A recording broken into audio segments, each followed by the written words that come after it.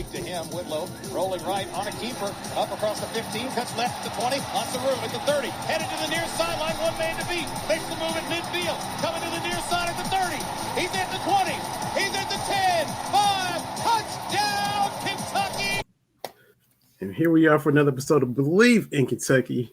The main man, AG Aaron Gershon for the CatsPulse.com. My name is Vinny Hardy. AG, man, how's it going today? Can't complain, man. We're just talking before the show here. This is a great stretch on the schedule with 4 home games in the next 5, and then the 1 road game being down in Nashville at Vanderbilt. So I'm looking forward to the stretch after a long week on the road last week.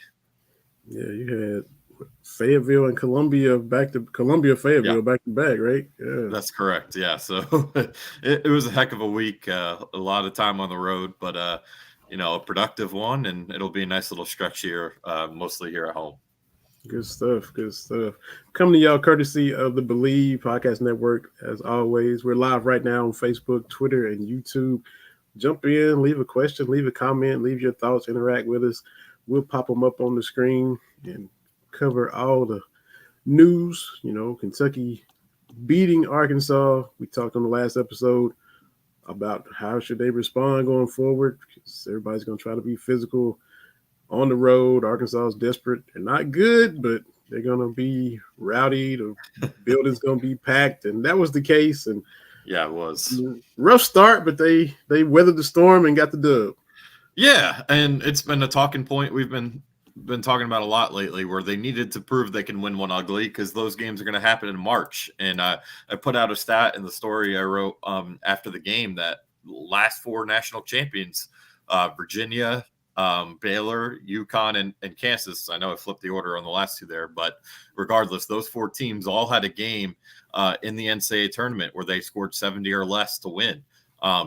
Virginia, that makes sense because their style of play, but the other 3 were all really good offensive teams, and they still even had to grind out a win in that tournament. So for this young Kentucky team to kind of see that, hey, like, we can win a game without scoring 80 plus, I think was really important. And I get that, it was a combination of Kentucky just doing enough defensively where I thought the biggest thing was the effort was just intensified. They were closing out on threes. They were making a priority to box out. There was a lot of high energy on defense where I don't know, you could say that every game this season. And then obviously there's the combination of Arkansas being a bad offensive team, and Muss even saying after the game, I don't know who my point guard is. So, they got lucky that this game, happened against that opponent. But at the same time, it's a game I think you could build off of from a confidence standpoint, from a defensive standpoint. But we all know that, this team is capable of scoring a lot of points. I think, these last 2 games, I'm still not too worried about the offense yet. Let's see what happens tomorrow when they play a Florida team that is kind of similar to UK, where they don't play much defense and they focus on offense. But this was really important, I think, to get one where, again, you didn't play your best basketball. The offense certainly struggled for much of the night, but you were able to do enough defensively to grind out a win. Yeah, you're not lying, man. You said that literally pretty much verbatim the past 3 episodes. They got to be able to grind one out when the shots aren't falling. Got to be able to, and score 62 and get beat up in Columbia, and then to follow that up with a 63-point game and get a win in Fayetteville. I mean, what a difference a game makes. But like you said, we'll take it. They did dodge some bullets. There were some open shots, point blank open shots. Arkansas had open threes where if you get the team that executes better, they're probably still going to make you pay. But you have to worry about that down the road. That didn't. Right. They missed those shots Saturday, thankfully, and 63 was enough. 63 was enough. Yeah, and it was such an ugly basketball game in the first half. Like, both teams, man, it was just bad. And you had Kentucky got good. That's the one thing too. That's why I'm not too concerned about the offense, is because they got good looks in the first half. They weren't taking selfish shots like they did at points against South Carolina. Like there were some good looks that just were not falling for Kentucky. You had the Justin Edwards play where he has a breakaway and he travels, and then early in the second half, Adu Thiero gets like 3 straight offensive rebounds and can't put it back in. Like just nothing was going right offensively for the first 25-ish minutes of the ball game. And then, they still finished the second half with 39 points. Reed Shepherd had 14 in the second half. Antonio Reeves and Trey Mitchell were money down the stretch. Ugana and Yenso was awesome, I thought, in this game. So, there was a lot to like, even though it was ugly. They only scored 63 points. They did by no means play their best basketball, but sometimes that's what it's got to be. And especially this year on the road where it appears it's harder than ever. I mean, I saw what Kyle Tucker put out. I don't have it in front of me about these top 10 teams against non-ranked opponents on the road and how they're like 10 games under 500. So anytime you can go in and get it done, you're not going to take it for granted. I think Kentucky has 2 of those, whatever wins they are now, with the win at Arkansas and the win at who's the other one, Florida. So, you don't take it for granted, but you realize that you need to improve in certain areas. But again, the area that they've been struggling at most was a positive in that game. So that's the good news from it. And then you look at Duke, they kind of got a gift wrap for them at home. Yeah. Clemson had them, and that last foul call normally maybe whistles usually get swallowed on that. And that was a little ticky-tack, and they got some free throws to get out of Cameron with a win that I don't know if they should have gotten. Yeah.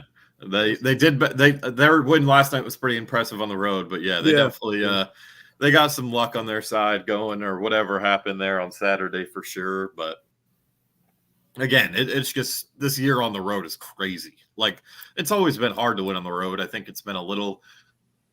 I mean, the atmospheres are unbelievable and all that, but at the end of the day, usually the better team wins games. Like, period. There are upsets always, but usually on the these really good teams find a way on the road. We've obviously seen some elite Kentucky teams go on the road and be just fine, but this year, man, like Kansas, it seems like every time they go on the road, and I still think they're a really good team. I know I don't know how many losses. I think they're only like 4-3 in league play, but I still think Kansas has a Final Four roster. Like, they can't win on the road right now. They go to Iowa State and they lose. We saw Houston lose 2 in a row on the road. They're a really, really stout defensive team. And obviously, I think Sampson's one of the best coaches, if not the best in the country right now. Tennessee goes down to Starkville and they lose. Like, this, it is hard on the road right now. So again, like, Arkansas is not a great team, but College Game Day was there.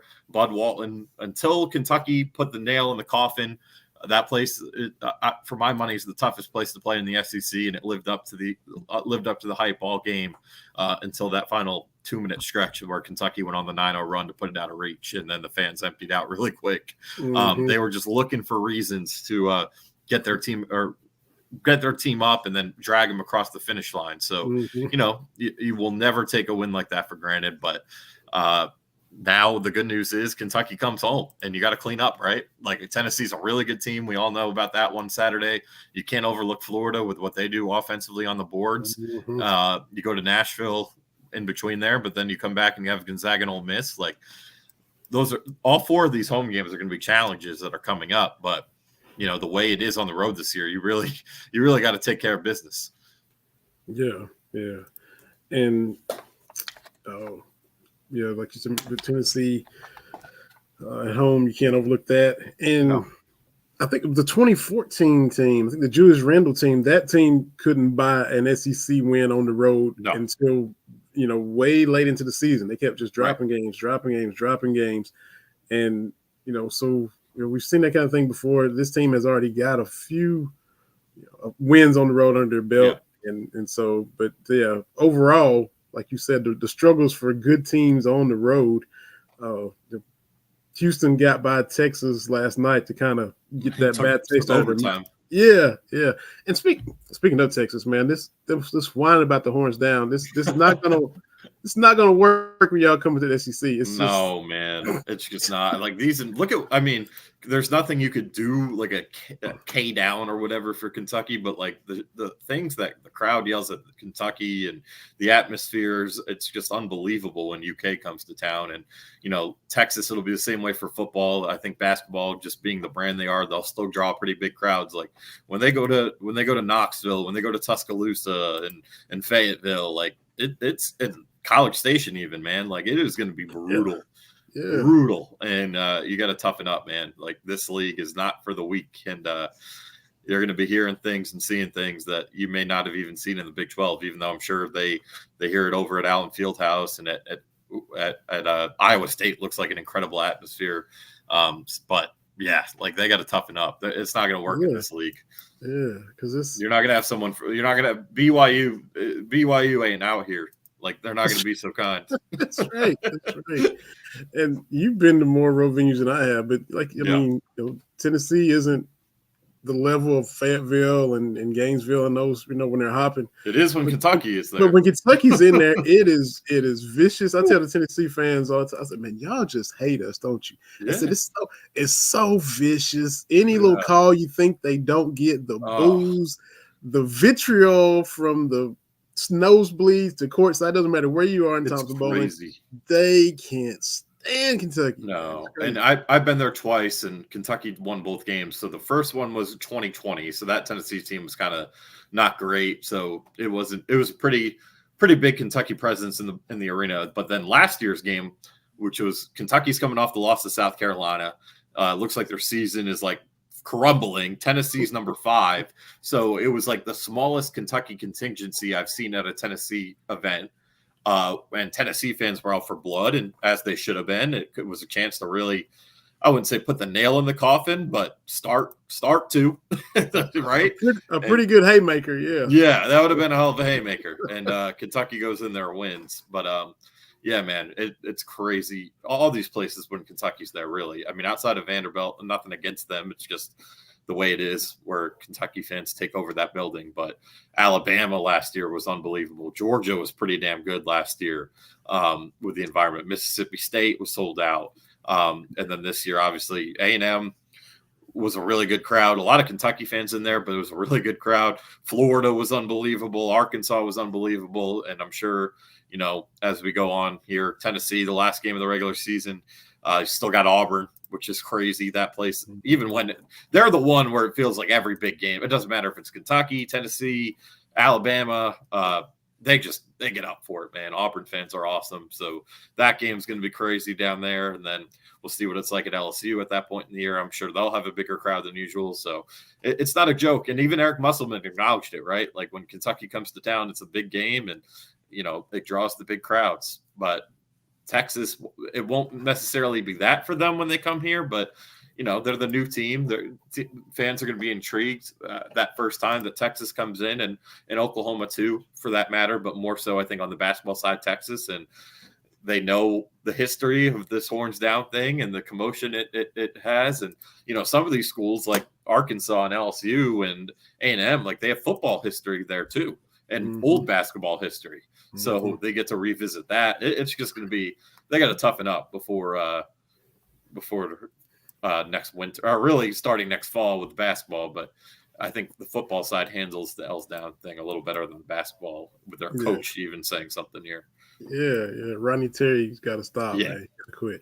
Yeah. And we don't have to worry about it since Kansas is KU, but with Tennessee and Texas, they argue over who the real UT is. So there's going to be that when they come in, and then the whole which shade of orange is better, the burnt orange or the Tennessee orange.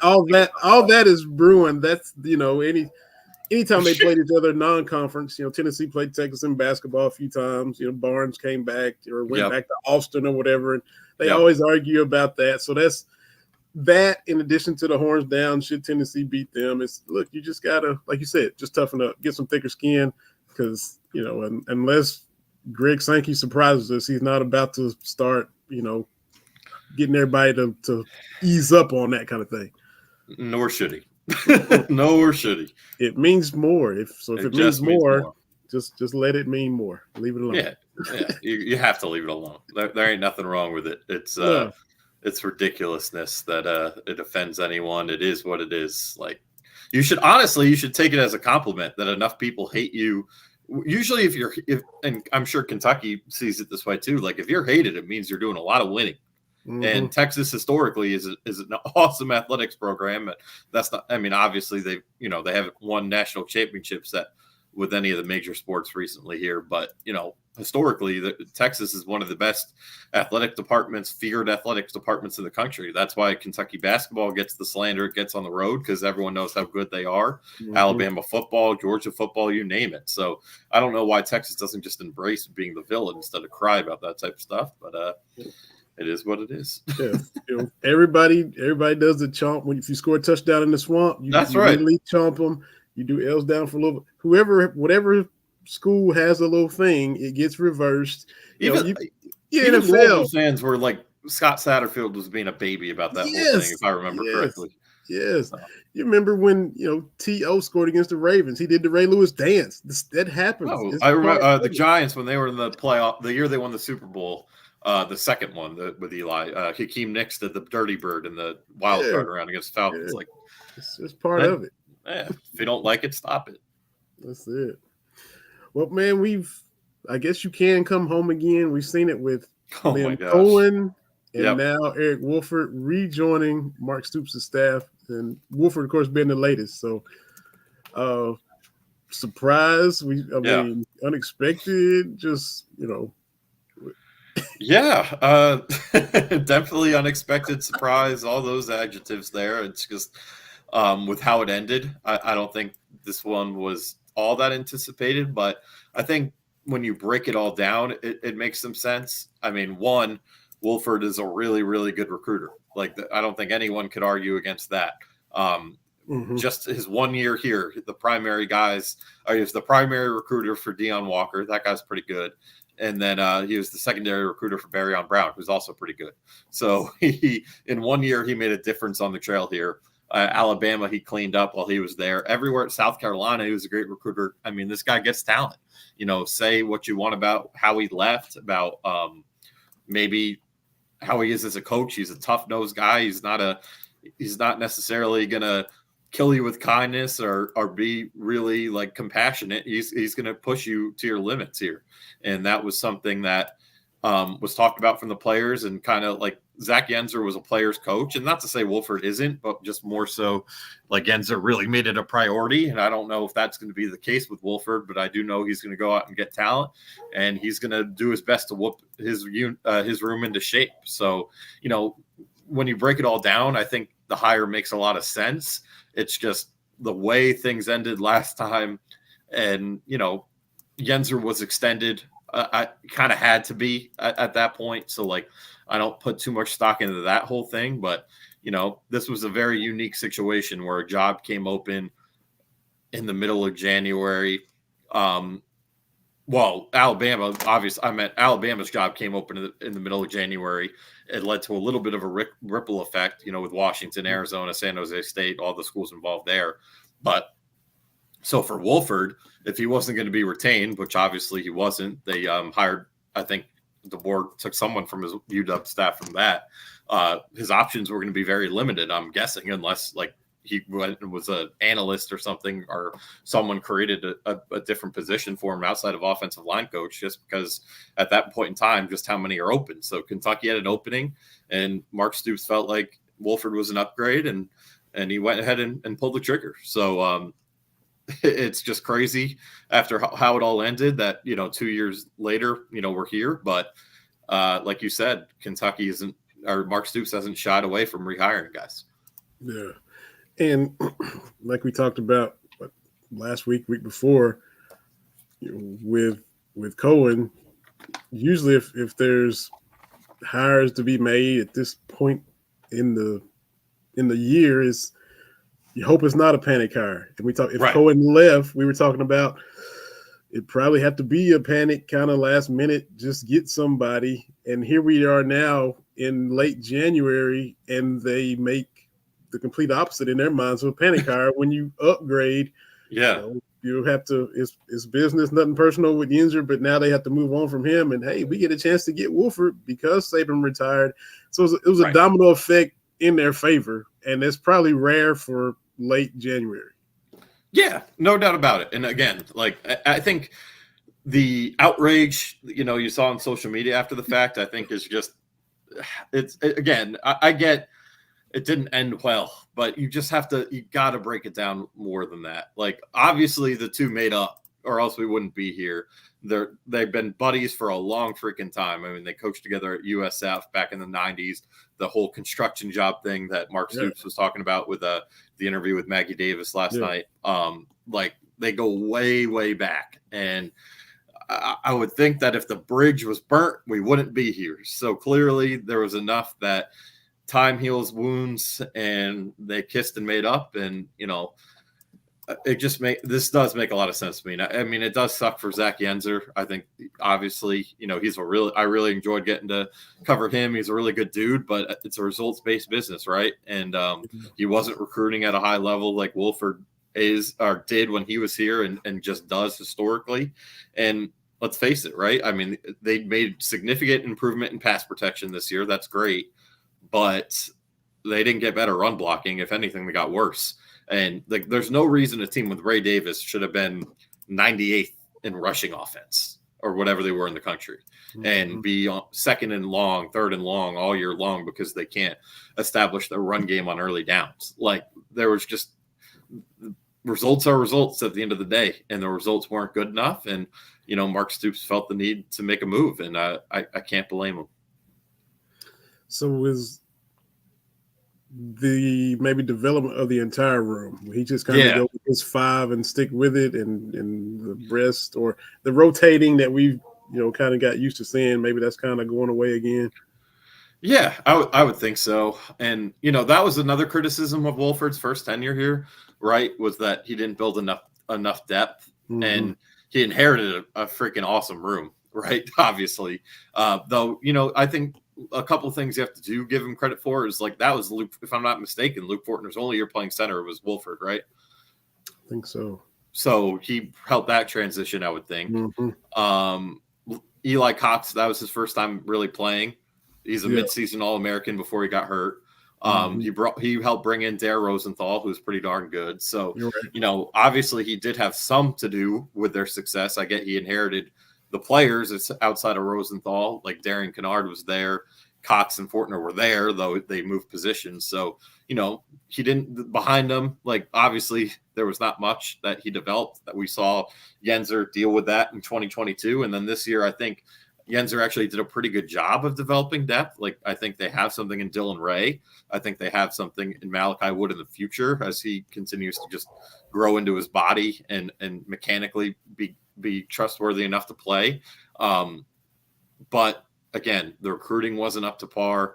Even the play still wasn't up to par. Guys like Jagger Burton, like a high 4-star guy, he hasn't lived up to that yet. And, maybe that's coaching. Maybe that's the player. I don't know. I'm not there, but I'm just looking for reasons here. It just adds up. And, we'll see how this goes. But Mark Stoops clearly isn't. When you make a move like that this late, he felt pretty damn strongly about it, because obviously Yenzer helped recruit this last class. I would assume he had at least some hand in the 2 offensive line transfers. So, we've heard all this talk about continuity. So to go away from all that means, like, there was something clearly that needed upgrading. Yeah. And I didn't count myself as outraged. I was surprised. It was unexpected. Yeah. It was funny to me. I was like, really? Now this is hilarious, but there were some that were outraged. It's not me that's having to work with him. It's not me that's having to decide whether I'm going to hire him or not. So like you said, all the things that you said, no doubt he considered everything. He weighed out all of the pros and cons, and in his mind, it was worth making a move and pulling the trigger.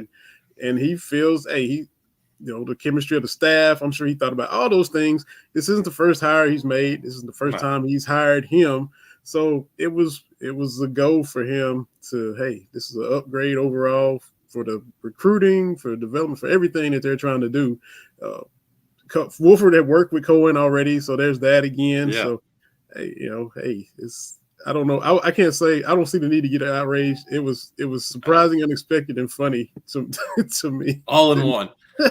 Yeah. No, I agree 100%. Like the outrage to me doesn't make much sense. I get people want to be upset with stuff, and that's how it goes sometimes. But again, you break it all down. I think it's the right move. We'll see if it pays off. But the last 2 years just haven't been up to par for what fans expect at this point and what anyone wants at this point. So when you are struggling per se, and sometimes you can't be hesitant. You got to just do what you got to do. Obviously, Woody was a guy that Liam Coen was really close with, and they felt it was time to move on from him. They made that move. Obviously they made the move with Scangarillo after 1 year to cut bait with him. So like you can't, as Mark Stoops said in that interview with Maggie last night, like you can't be sensitive in this business. And this shows at least that he's not being sensitive about a situation that happened 2 years ago if he's given him another chance. Exactly, because did he? Could he? Like they both said, they both could have handled stuff better. Wolford could probably came up and say, "Look, man, I got Alabama sitting here calling me, and it's Alabama." But if he just kind of ghosted him, which seems to be the case, hard feelings were and reactions, and they're pissed at each other. But they worked it all out, and they smoothed it out and patched it up, and ready to go forward. So. That's all you can do. Exactly. Yeah. Just give it look, if it doesn't work out, then Stoops has explaining to do, and we'll go down this rabbit hole again next year or in 2 years. But for now, I understand the move, and I can't complain about it. Exactly. Before we wrap it up, got to get some thoughts on the playoffs as well. Maybe we don't have to predict the Super Bowl, but the playoffs. But got to talk about the app that we partnered up with. Just talking about it before we recorded it. You just downloaded the Autograph app, a new app where everything is consolidated in one place. All the podcasts and UK content that you can consume, go to the Autograph app, and it's right there. So if you want to get rewarded for listening to our show, you listen to our show already. The team at Autograph, co-founded by Tom Brady, is redefining the fan experience by letting users earn points for the acts of fandom they take every day, like listening to this show, which we appreciate. The Autograph Fandom app gives you access to all your favorite Kentucky content in one place and offers rewards like tickets, exclusive merchandise, and more. You're already listening to our show, but now you can earn points and get rewarded for it. So head over to the Apple App Store and search for Autograph Fandom Rewarded and download it for free today using referral code Believe Kentucky, BLEAV Kentucky, all one word. Link and code are also in our podcast description. So when you see it on Apple or Spotify, there in the description, you can also read it and go down there, click the link, use our promo code, download it, listen to us. Every episode of ours will be there. Every episode of ours goes up on a Sea of Blue. All of a Sea of Blues content is on there. All your UK content, articles, podcasts, consolidated into one app. So check out that Autograph Fandom app and then get yourself some swag or tickets just for doing the stuff you already do. So, hey, it's a really cool thing.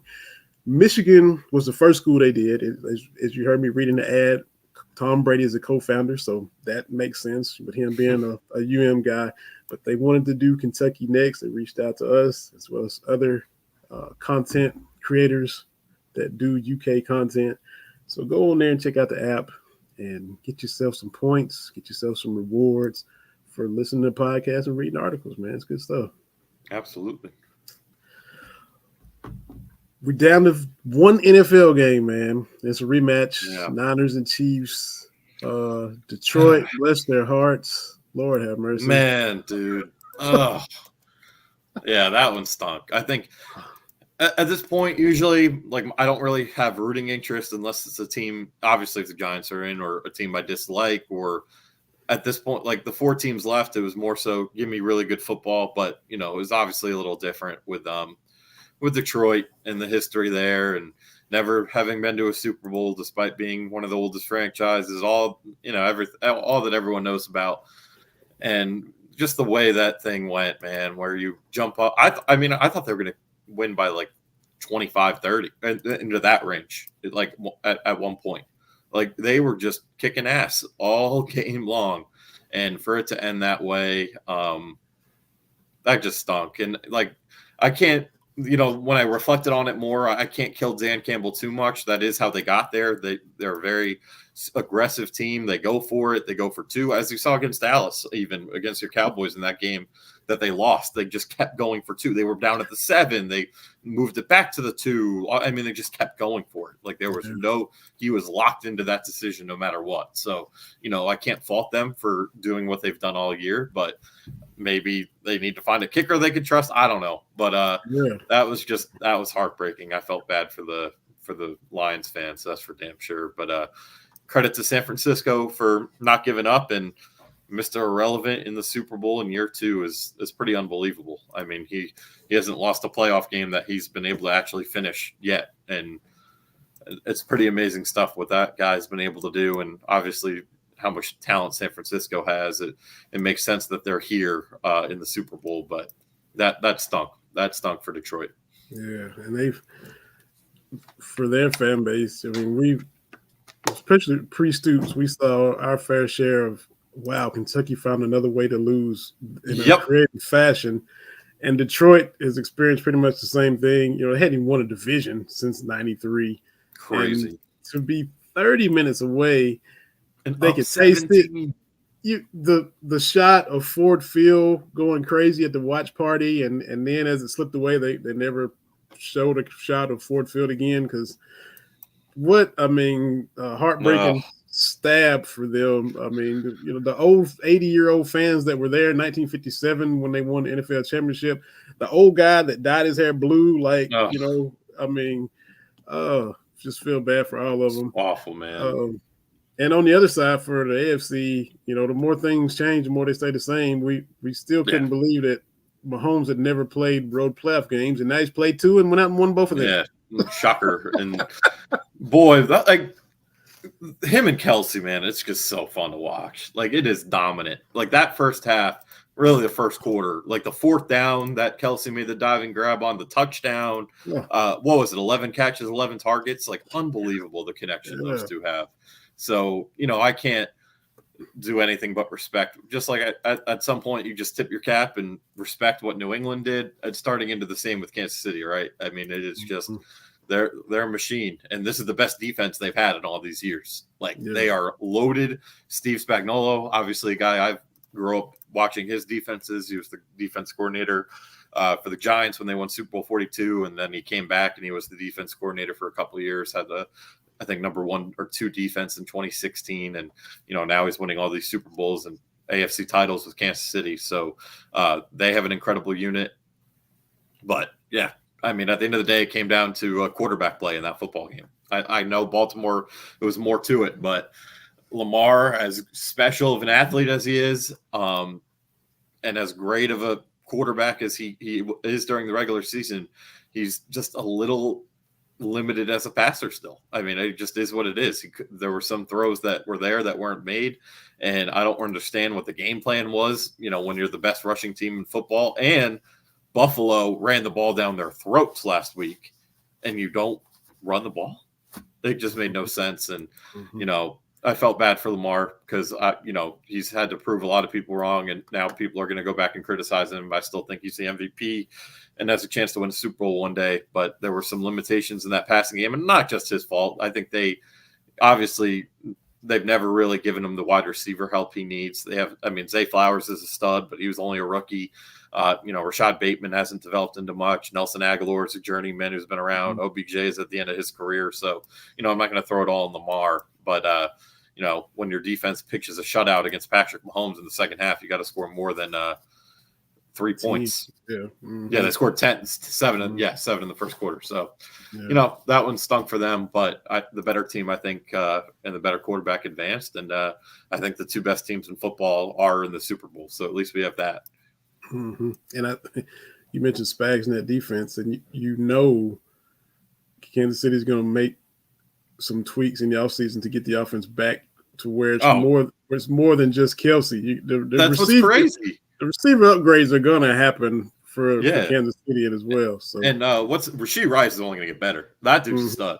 I don't know if he's going to develop into a wide receiver 1 or a CeeDee Lamb type guy, but I think he can be a really, really solid top end 2, low end 1 for them. So, and like you said, that's not going to go unaddressed. They're going to get they're going to get some wideouts in there. But what's crazy is like the guys who struggled all season long step up, right? MVS, like the play against Philly, he had another big drop. I forget which game it was. Like game on the line, got to seal it. 3rd and long, take a deep shot. He's there. Like you just got to respect what Kansas City's doing, man. And it should be a really good game in 2 weeks, but I'm not betting against 15. That's for damn sure. Can't. And you talk about the rooting interest, or you want to just see good football at this point. And for me, as a Cowboys fan, I can't root for the Niners. So I can't either as a Giants fan. No. And we're NFC guys, but in this situation, we both had a lot of battles with the Niners, playoff battles and regular season ones, and playoff spots and all that stuff. So yeah, and that would give them 6 if they wanted. They would tie. They would tie. Pass us. They pass us. Pass the guys in Pittsburgh. No, Pittsburgh's at 6 too. Yeah. So no, it's like with the blue bloods with the titles. Kentucky's trying to catch UCLA, but you don't want to see North Carolina try to continue to catch us and all that stuff. So that's the way it is. Yeah. Same kind of pettiness, on this thing as well. No, 100%. And I think the thing that's different, obviously, San Francisco has a lot of likable guys this time around, which hasn't always been the case with San Francisco. It feels like, but I mean, how can you not respect what Brock Purdy's done? McCaffrey, Kittle, Debo, all those guys. But yeah, I'll be rooting for. I guess I'll be. I mean, I really, at the end of the day, do more so care about having a really good game, but. Yeah, I have trouble rooting for the Niners too. So I guess I will be rooting for Kansas City, even though it's kind of the same thing as always. But we're witnessing history at the same time. So you got to tip your cap. Yeah, absolutely, man. Everybody, if they don't know, they can check your workout at thecastpause.com. What you got queued up for this week? Besides, got the games and all that. Well, tomorrow, actually, we're going to be speaking with the football transfers, so we'll have some stuff rolling out on that throughout the week or so. I don't know exactly how I'll do it, speaking with 10 different guys. I don't think it's going to be a player per story type thing, but we'll figure something out on that. But yeah, and then the 2 games, and I think this is probably the most important week of the season so far, right? You got Florida coming in as a high-end quad 2 game, really, really good offense, elite rebounding team. Like, they cannot be overlooked at all.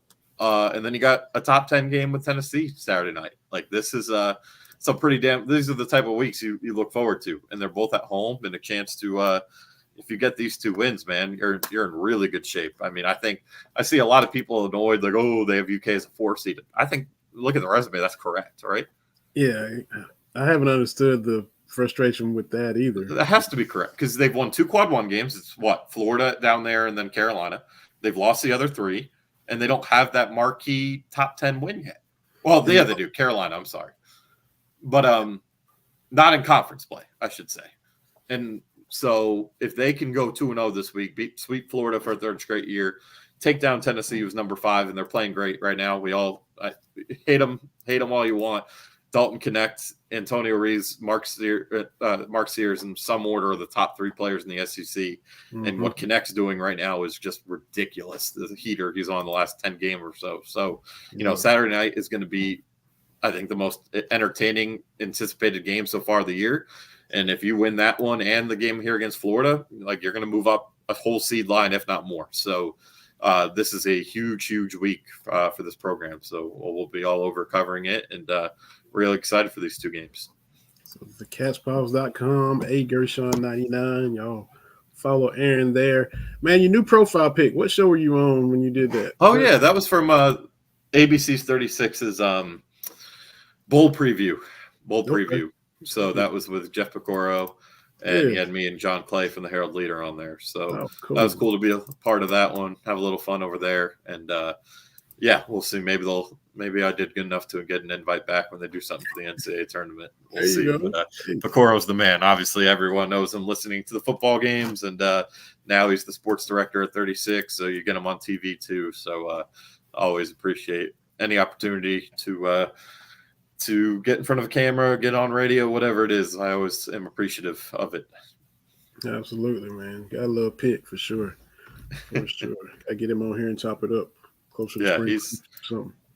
He's the man. And he's very passionate too. He if there's someone who hates Tennessee more than you, it might be that guy. So you get him on a rant about Tennessee, about the current landscape of college athletics. He'll get on a roll, taking pictures out after 80 pitches, pitch limits, all that good stuff. And that's taking over sports nowadays. For the longest, he was one of the last players walking around that had beaten Tennessee before Kentucky beat him. I know. He's on the 84 team. And that one in Knoxville. That's right. Yeah. So, I understand. And him in the booth too, man, with him and Tom. He gets so excited. Oh, man. I forget which one. It might have been the CJ Conrad game where they beat Missouri, at the last second, and Tom didn't do the classic touchdown Kentucky. He was like, I was waiting for a signal. And Picoro said, I didn't need a signal. he was already just screaming and man. Yeah, he's had some fun. He's had some fun ones, man. They've had some fun calls together, and it's he's the man. They're great in the booth, and so is Goose Givens and Tom on the basketball side. Tom's obviously as good as it gets. So you guys got a pretty good.